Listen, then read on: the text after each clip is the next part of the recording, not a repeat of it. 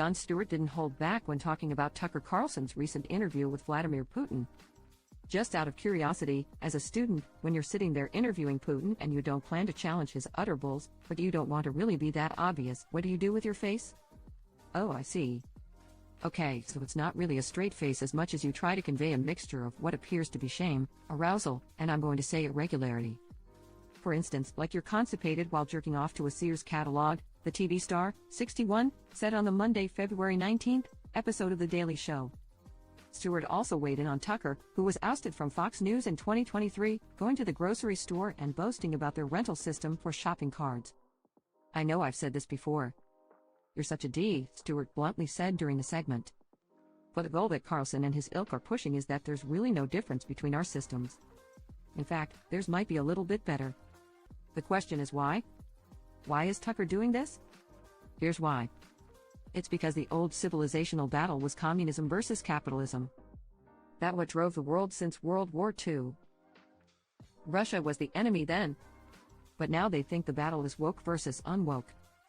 And in that fight, Putin is an ally to the right. He's their friend. Unfortunately, he is also a brutal and ruthless dictator. So now they have to make Americans a little more comfortable with that. I mean, liberty is nice, but have you seen Russia's shopping carts? Stewart continued in his rant. As OK previously reported, Carlson announced he would be interviewing Putin in a sit-down interview.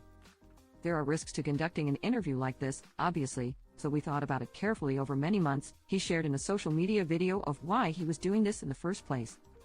Since the day the war in Ukraine began, American media outlets have spoken to scores of people from Ukraine, and they have done scores of interviews with Ukrainian President Zelensky.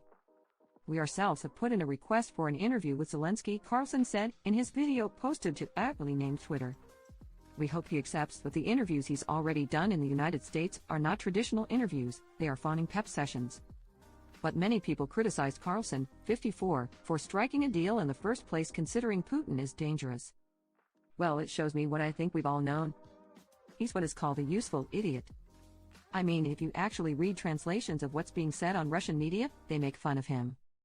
I mean, he's like a puppy dog. You know, somehow after having been fired from so many outlets and the United States. I would not be surprised if he emerges with a contract with a Russian outlet because he is a useful idiot, Hillary Clinton said about Tucker during an interview.